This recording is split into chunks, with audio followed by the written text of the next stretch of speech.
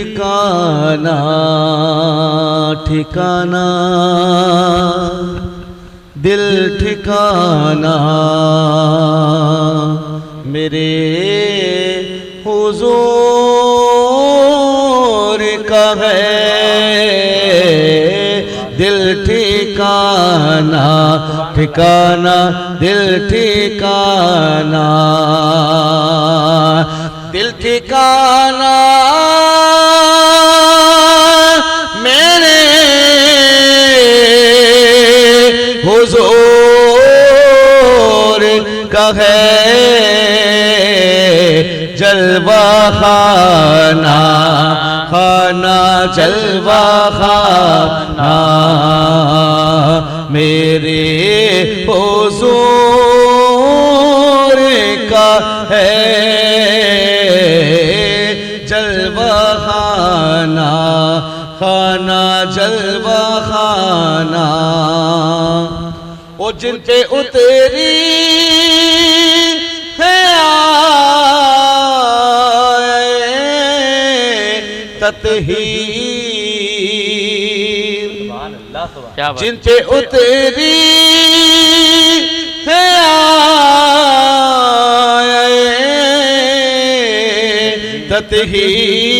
تطہیر وہ گھرانہ گھرانہ وہ گھرانہ میرے حضور کا ہے وہ گھرانہ گھرانہ وہ گھرانہ وہ ذکر شامل نماز میں خالد ذکر شامل نماز میں خالد پنجے گانا گانا پنجے گانا میرے حضور کا ہے پنجے گانا گانا پنجے گانا میرے حضور کا ہے دل ٹھکانا ایک بار پھر آپ کو خوش آمدید کہتے ہیں حیدرآباد نیوز کی خصوصی رمضان نشریات کرم رمضان میں، اور ہمارے ساتھ مہمان موجود ہیں ایڈوکیٹ فاروق صاحب. سر آپ کی جانب دوبارہ آؤں گا، اور سوال میرا یہ ہے کہ ہم چونکہ اسی چیز پر بات کر رہے تھے مہنگائی وغیرہ پہ، تو رمضان کے مہینے میں خاص طور پہ ایک چیز دکھ جاتی ہے وہ منافع خوری. یہ رمضان کا مہینہ آتا ہے تو منافع خوری بڑھ جاتی ہے. اچھا، یہ منافع خوری جو ہے اس سے مہنگائی بھی بڑھتی ہے تو عوام پریشان ہوتی ہے. اس منافع خوری کا ذمہ دار کس کو سمجھتے ہیں؟ کیا حکومت ناکام ہے یا جو بیچنے والے ہیں یہ ان کا کام ہے؟ بیسیکلی دیکھا جائے تو یہ دونوں جو لوگ ہیں نا ان دونوں کا کام ہے. گورنمنٹ نو ڈاؤٹ کنٹرول کرنے کی کوشش کرتی ہے، لیکن یہ انفرادیت پہ بھی ڈپینڈ کرتا ہے کہ ہر آدمی چاہتا ہے کہ میں رمضان کے مہینے میں جو ہے نا زیادہ سے زیادہ منافع کما سکوں، پروفٹ کما سکوں. جہاں چیز 2 روپے کی ہوتی ہے وہاں 4 روپے کی ہو جاتی ہے. بالکل. لیکن گورنمنٹ تو انہی ریٹس میں دے رہی ہے. جو گورنمنٹ ہے ان کے ریٹس تو وہی ہو سکتے، بلکہ وہ تو اور سبسڈیز دیتی ہیں چیزوں پہ، کھانے پینے کی چیزوں پہ بھی دیتی ہیں، آپ کے راشن پہ بھی دیتی ہیں. لیکن ہمارے یہاں جو کچھ لوگ ہیں جو مافیاز ہیں وہ کام کر رہے ہیں، تو وہ ان کی کوشش یہ ہوتی ہے کہ وہ رمضان کے مہینے میں اور اس سے پہلے جو ہے نا چیزوں کے ریٹس بڑھا دیتے ہیں، تو جس وجہ سے یہ مہنگائی جو ہے پورے رمضان دکھتی ہے. اچھا، کیا مہنگائی سے عوام جو ہے وہ پریشان ہو رہی ہے؟ کہ اس نے عوام پہ امپیکٹ ڈالا ہے؟ مطلب ہمارے یہاں 2 چیزیں سوچی جاتی ہیں. ایک طرف یہ کہ جو تنخواہ دار طبقہ ہے وہ جہاں مہنگائی سے پس رہا ہے، وہیں کہتے ہیں کہ بھائی جو بزنس مین لوگ ہیں وہ بڑے خوش ہیں اس مہنگائی سے. آپ کیا سمجھتے ہیں، ایسا ہے یا دونوں ہی پریشان ہیں؟ جو ڈپینڈ کرتے ہیں وہ دونوں لوگوں کے اوپر ڈپینڈ کرتا ہے کہ انفرادی طور پہ بھی ہم سب مل کے مہنگائی کر رہے ہوتے ہیں، اور جو گورنمنٹ ہے وہ تو سبسڈی بھی دے رہی ہے، رمضانوں میں اور زیادہ دیتی ہے، لیکن زیادہ تر قصور جو ہے نا میں سمجھتا ہوں کہ عوام کا ہے. اچھا، میں یہ کہہ رہا تھا کہ اگر ہم موازنہ کریں مہنگائی کا تنخواہ دار طبقے کا اور بزنس مین طبقے کا، تو ان دونوں میں دونوں ہی پس رہے ہیں یا واقعی میں تنخواہ دار خالی پس رہا ہے بزنس مین خوش ہے؟ نہیں ایسا نہیں ہے، بیسیکلی دیکھا جائے تو تنخواہ دار طبقہ جو ہے نا وہ زیادہ پس رہا ہے، کیونکہ بزنس مین تو اپنا پروفٹ رکھ کے آگے سے لے لیتا ہے، لیکن جو اینڈ کنزیومر ہے نا اس کو مہنگائی کا سامنا کرنا پڑتا ہے۔ بزنس مین بھی کہیں نہ کہیں کسی نہ کسی آئٹم کا جو ہے وہ اینڈ کنزیومر ہوتا ہے، لیکن جو سیلری پرسن ہے نا اس کو تو وہ لگی بندی جو لمیٹڈ تنخواہ ہے وہ مل رہی ہوتی ہے، لیکن مہنگائی کی وجہ سے اس کے اوپر زیادہ برڈن آ جاتا ہے۔ صحیح۔ اچھا، آپ یہ جو فروخ ایسوسیٹس آپ نے بنایا ہے اس میں آپ لوگوں کے جو ہے وہ مختلف چیزوں کے متعلق ان کی جو ہے وہ رہنمائی کرتے ہیں، تو کیا کچھ ایسے کیسز بھی آتے ہیں آپ کے پاس کہ جیسے انکم ٹیکس کا معاملہ ہو گیا یا سیلز ٹیکس کا معاملہ ہو گیا، اس کے علاوہ بھی ہمارے پاس جو ہے وہ کچھ لیگل چیزیں جس کو لوگ بڑا انلیگل کر کے استعمال کر رہے ہوتے ہیں چیزوں کو، تو اس طرح کے واقعات میں کہیں آپ کے سامنے چیزیں آتی ہیں؟ انلیگل سے آپ کا مطلب میرے مراد یہ ہے کہ ایک کام ہے جیسے وابڈا کے میٹر ہے، اب وہ ہم بل بھر سکتے ہیں اس کا، لیکن ہم نے اس میں جگاڑ کیے ہوئے بیچ میں لگا، اور پھر وہ ایک تو وہ چوری بھی پسینہ زوری بھی، تو کیا اس طرح کے معاملات آتے ہیں؟ معاملات تو ہمارے پاس، کیونکہ ہم ایڈوکیسی کرتے ہیں، لوگوں کی رہنمائی کرتے ہیں، لیکن میری جو اسپیشلٹی ہے بیسیکلی ٹیکسیشن میٹر پہ ہے۔ الحمدللہ میں ہائی کورٹ لیول تک کے جو ہے وہ ٹیکس کے میٹرز دیکھتا ہوں، لیکن میں اس طرح کے مشورے ضرور آتے ہیں، لیکن میں اس کی پروسیڈنگس بھی نہیں کرتا، نہ ہی میں اس طرح کی کوئی کیسز لیتا ہوں، کیونکہ اس طرح کے اگر کوئی کیسز آتے ہیں تو ہمارے ایسوسیٹس ہیں، پوری ایک کمپنی ہے جو مختلف لوگ کر رہے ہیں کام، تو وہ ہم ادھر ٹرانسفر کر دیتے ہیں۔ صحیح۔ اچھا، جو اگر انکم ٹیکس کی بات کی جائے، جو لوگ ٹیکس پے کرتے ہیں اور جو ٹیکس پے نہیں کرتے، تو ان دونوں میں حکومتی طور پہ یا ایز اے نیشن ہم اگر بات کریں تو فرق ہے کوئی، ان پہ کچھ اطلاق ہوتی ہیں؟ بالکل بہت میجر فرق ہے، ہمارے یہاں بہت بڑا ڈفرینس ہے۔ اس وقت جو گورنمنٹ نے اپنی اسٹریٹجیز اور پالیسیز بنائی ہیں ان کو سامنے رکھیں تو بہت بڑا فرق ہے۔ یہاں پہ بہت ساری چیزیں ایسی ہیں، بہت سارے فیکٹر ایسے ہیں، بہت سارے ٹیکسز ایسے ہیں کہ جہاں اگر ایک نان ایکٹیو وہاں کوئی ایکٹیویٹی کر رہا ہے تو اس کو ڈبل ٹیکس دینا پڑتا ہے، یا ہم اس کو اس طرح سے لے لیتے کہ اگر کوئی ایکٹیو ہے یا فائلر ہے تو اس کو اگر فار ایگزامپل 100 روپے ٹیکس دینا ہے تو نان فائلر کو اس کو ڈبل دینا پڑتا ہے، 200 روپے دینا پڑتا ہے۔ فار ایگزامپل آپ کوئی پراپرٹی خریدنے جا رہے ہیں تو اس وقت آپ نے جو ٹیکسیشن کرنی ہے اس میں ایڈوانس ٹیکس دینا ہے، اس میں آپ کو ڈبل ٹیکس دینا پڑے گا۔ اسی طرح سے گاڑی خریدتے ہیں، آپ کہیں باہر جا رہے ہیں، بینک کے معاملات ہیں، اور بہت ساری سیکٹر ایسے ہیں جہاں ہمیں بہت بڑی فیسلٹیز مل جاتی ہیں ڈیو ٹو فائلر اور active. Non filer naan active facility کو انجوائے نہیں کر سکتے۔ پاکستانی ہم ڈنڈی مارتی ہے اس میں یا جمع کرا دیتی ہے؟ نہیں سر، ڈنڈی تو سبھی مارتے ہیں، پاکستانی تھوڑا زیادہ مارتے ہیں۔ صحیح صحیح۔ علی بھائی، ہم موضوع کی طرف آگے بڑھیں گے۔ جی ہاں، علامہ صاحب، حضرت شان خدیجہ الکبریٰ۔ بسم اللہ الرحمن الرحیم۔ تو حضرت خدیجہ الکبریٰ رضی اللہ تعالیٰ عنہ یہ خواتین کے لیے ایک آئیڈیل شخصیت ہے۔ جس طریقے سے آپ نے دین کے ساتھ تعاون کیا اور جو آپ کا کردار رہا، اور نبی پاک علیہ السلام نے سب سے زیادہ محبت تمام ازواج مطہرات میں جس سے کی حضرت خدیجہ ہے۔ سبحان اللہ۔ ام المومنین حضرت عائشہ صدیقہ رضی اللہ تعالیٰ عنہ، آپ سے روایت ہے، آپ فرماتی ہیں کہ ایک مرتبہ گھر کے دروازے پر دستک ہوئی اور ایک خاتون جو ہے رسالت مآب علیہ السلام سے ملاقات کے لیے آئی، تو اللہ کے نبی علیہ السلام نے ان سے ملاقات کی، ان کو ساتھ بٹھایا اور فرمایا کہ عائشہ ان کے لیے کھانا لگاؤ۔ تو حضرت عائشہ فرماتی ہیں کہ میں نے کبھی ان کو رسول اللہ کے ساتھ دیکھا نہیں، کہیں پہلے کبھی آئی ہوں، لیکن وہ آئیں اور اللہ کے نبی علیہ السلام سے گفتگو کر رہی تھیں۔ ایسا لگ رہا تھا کہ شاید اللہ کے نبی ان سے پہلے سے مانوس سے جانتے ہیں آپ صلی اللہ علیہ وسلم۔ اور پھر جب وہ جانے لگی تو اللہ کے نبی نے تحائف کا اہتمام کیا، تحفے دے کر ان کو روانہ کیا۔ تو میں نے رسالت مآب علیہ السلام سے سوال کیا ان کے جانے کے بعد، حضور یہ کون تھی؟ تو فرمایا یہ میری زوجہ حضرت خدیجہ الکبریٰ رضی اللہ تعالیٰ عنہا کی جو ہے دوست تھی، اور یہ کیونکہ آئی تھیں اس سے ملاقات کے لیے تو میں نے ان کو اس لیے تحفے زیادہ دیے کہ کبھی ان کو میری بیوی کی کمی محسوس نہ ہو۔ تو حضرت عائشہ نے فرمایا کہ یا رسول اللہ صلی اللہ علیہ وسلم، وہ تو ایک ضعیف العمر خاتون تھیں جن سے آپ کا نکاح ہوا تھا اور آپ ابھی بھی ان سے محبت کرتے۔ تو اللہ کے نبی نے فرمایا کہ اے عائشہ خدیجہ وہ ہیں کہ جنہوں نے مجھے اس وقت قبول کیا کہ جب مجھے معاشرے نے جھٹلایا، اس وقت مجھے معاشرے نے جھٹلایا، اس وقت انہوں نے قبول کیا۔ اور اے عائشہ تمہیں نہیں معلوم کہ خدیجہ نے کس طریقے سے اللہ کے دین کی مدد کی. سبحان اللہ. تاریخ کے اندر کوئی ایسی مثال نہیں ملتی. اور پھر نبی پاک علیہ الصلوۃ والسلام کے ہر دکھ میں، حضور کے ہر دکھ میں کسی نے ساتھ دیا ہے تو وہ حضرت خدیجہ الکبریٰ رضی اللہ تعالی عنہ ہے.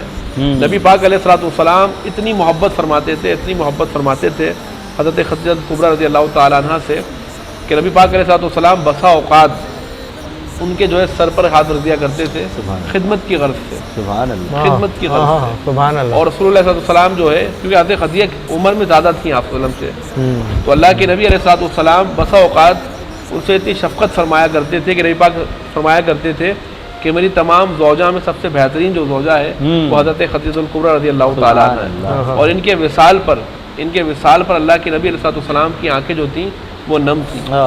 اور جب ان کے وصال کا وقت آیا تو انہوں نے حضرت ماں علیہ السلام کی بارگاہ میں عرض کیا رسول اللہ علیہ السلام اب میں دنیا چھوڑ کر جا رہی ہوں تو میں آپ سے معافی کی طلبگار ہوں. سبحان اللہ. نبی پاک علیہ السلام کی آنکھیں نم ہو گئی. فرمایا کہ خدیجہ معافی کس بات کی؟ تم تو ایک امیر ترین خاتون تھیں، تمہارا نکاح میرے ساتھ ہوا اور میرے ساتھ آنے کے بعد تمہیں مشقتیں ملی. حضرت خدیجہ وہ خاتون تھیں کہ جو علماء نے لکھا، محدثین نے لکھا کہ اپنے گھر کا کوئی کام کاج نہیں کرتی تھی، لیکن اللہ کے نبی کے سے جب نکاح ہوا تو پھر لازمی سی بات ہے انہوں نے تمام کام کیے. تو اللہ کے نبی نے فرمایا کہ خدیجہ تم تو وہ تھیں کہ نوکر چاکر تمہارے آگے پیچھے ہوتے تھے، لیکن میرے نکاح کے بعد تو تمہاری طبیعت کے اندر تبدیلی آ گئی. تو قربان جائیے پھر بھی آپ فرماتی ہیں کہ یا رسول اللہ مجھے فخر ہے کہ اللہ پاک نے مجھے وہ شوہر عطا فرمایا کہ جو تمام نبیوں کا سردار ہے. سبحان اللہ. سبحان اللہ. واہ واہ کیا بات ہے. کیا جو سب نبیوں کا جو ہے سردار ہے اللہ رب العزت کا بڑا کرم ہے کہ ہم سب لوگ خوش قسمت ہیں کہ اللہ رب العزت ہمیں تاجدار مدینہ امام الانبیاء سرور کونین حسنین کے نانا صلی اللہ تعالیٰ علیہ وسلم کی امت میں اللہ رب العزت نے ہمیں پیدا فرمایا اور ہم خوش نصیب ہے کہ ہم سرکار کی امتی ہیں. جی انصر بھائی آپ بالکل. چونکہ وقت اب جو ہے وہ اختتام کی جانب ہے تو میں ایڈوکیٹ ڈاکٹر صاحب سے درخواست کروں گا کہ ایز اے ایڈوکیٹ آپ ان تمام چیزوں کو دیکھ بھی رہے ہیں، لوگوں کو مشورے بھی دیتے ہیں، تو ہمارے دیکھنے والوں کو کیا پیغام دینا چاہیں گے؟ تمام لوگوں سے میں یہی بات کروں گا کیونکہ بات یہ ہے کہ ہمارے یہاں برڈن جو ہے نا بہت کم لوگوں کے اوپر ہے ٹیکس کا. تو گورنمنٹ بھی یہ چاہتی ہے کہ ٹیکس نیٹ بڑھائے. اس کی وجہ سے اگر وہ نہیں بڑھتے تو سارا برڈن انہی لوگوں کے اوپر آتا ہے جو آلریڈی ٹیکس پیئر ہیں. تو میری کوشش یہ ہوگی کہ لوگوں تک یہ پیغام پہنچاؤں کہ زیادہ سے زیادہ لوگ ٹیکس پیئر بنیں. دراصل ہمارے یہاں لوگ ڈرتے ہیں کہ ہم ٹیکس کے نیٹ میں آ جائیں گے تو ہمیں نوٹسز آ جائیں گے، ہم جو ہے وہ نیم لائٹ میں آ جائیں گے. تو جب زیادہ ٹیکس پیئر ہوگی، زیادہ عوام ہوگی تو لازمی بات ہے ہمارا بجٹ بھی بڑھے گا اور ہمارے ملک میں ہی استعمال ہوگا. بالکل. تو میں یہی پیغام دوں گا کہ میکسیمم لوگ جو ہیں وہ ٹیکس پیئر بنیں تاکہ ملک کا بھی فائدہ ہو، قوم کا بھی فائدہ ہو. بالکل. بہت شکریہ. آپ کا بھی بہت شکریہ علامہ قاری محمد زبیر صاحب، آپ کا بھائی محمد فیصل غوری صاحب، آپ کا بھی بہت شکریہ. ناظرین یہ برکت والا مہینہ ہے، یہ برکت و عظمت والا مہینہ، ہر لمحہ اس کا جو ہے وہ بڑا قیمتی ہے، ہر گھڑی اس کی بڑی قیمتی ہے. بڑے سحر ہو یا افطار ہو، تراویح ہو، روزہ ہو، نماز ہو، کوئی بھی گھڑی ہو، ہر لمحہ رمضان کریم کا جو ایک قیمتی اس میں عبادت کرنا چاہیے. ناظرین اپنے میزبان صاحبزادہ حافظ محمد علی نقشبندی انصر بھائی کو بہت ساری دعاؤں کے ساتھ میری پوری ٹیم کو اجازت دیجیے.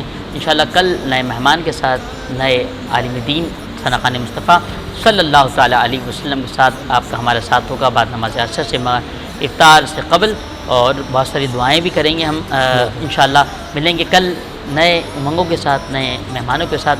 السلام علیکم ورحمۃ اللہ وبرکاتہ. پاکستان زندہ باد. علامہ صاحب میں چاہوں گا کہ عالم اسلام کے لیے آپ دعا. بسم اللہ الرحمن الرحیم. لا الہ الا اللہ وحدہ لا شریک لہ لہ الملک ولہ الحمد وہو علی کل شیء قدیر. اللہم صلی علی سیدنا مولانا محمد وبارک وسلم. مولا قدوس پروردگار عالم، یا اللہ تیری دی ہوئی توفیق سے میرے مالک ہم نے یہاں پر بیٹھ کر جو بھی خیر کی باتیں کی ہیں اللہ اسے اپنی بارگاہ ہمیں قبول فرما. مولا قدوس پروردگار عالم تجھے حضرت ام المومنین حضرت خدیجہ الکبریٰ رضی اللہ تعالی عنہ کا واسطہ میرے مالک ہمارے گھر کی ماؤں بہنوں کو رسالت مآب علیہ السلام کی ازواج مطہرات کی طرح اور حضور کی شہزادیوں کی طرح زندگی گزارنے کی توفیق عطا فرما. مولا قدوس پروردگار عالم ان کے صدقے ہم سب کی بخشش اور مغفرت فرما. مولا قدوس پروردگار عالم تجھے تیرے محبوب کا واسطہ میرے مالک عشرۂ رحمت ہم سے جدا ہو رہا ہے میرے مالک، جن خوش نصیب بندوں پر تو نے اپنی رحمتوں کا نزول فرمایا ہے، اے اللہ تجھے ان خوش نصیب بندوں کا واسطہ میرے مالک ہم سب کو بھی رحمت کے درجوں کے اندر شامل فرما۔ مولا قدوس پروردگار عالم ہم سب کو بھی رحمت کے فیوض و برکات سے مالا مال فرما۔ اے اللہ ہمارے وطن عزیز پاکستان کی حفاظت فرما، پاکستان میں نظام مصطفیٰ علیہ السلام کا نفاذ فرما۔ اے اللہ ہمارے حیدرآباد نیوز کی پوری ٹیم پر اپنا خصوصی فضل و کرم فرما۔ وصلی اللہ تعالی علی خیر خلقہ محمد وعلی آلہ واصحابہ اجمعین آمین برحمتک یا ارحم الراحمین۔ رمضان کرم ہے رمضان۔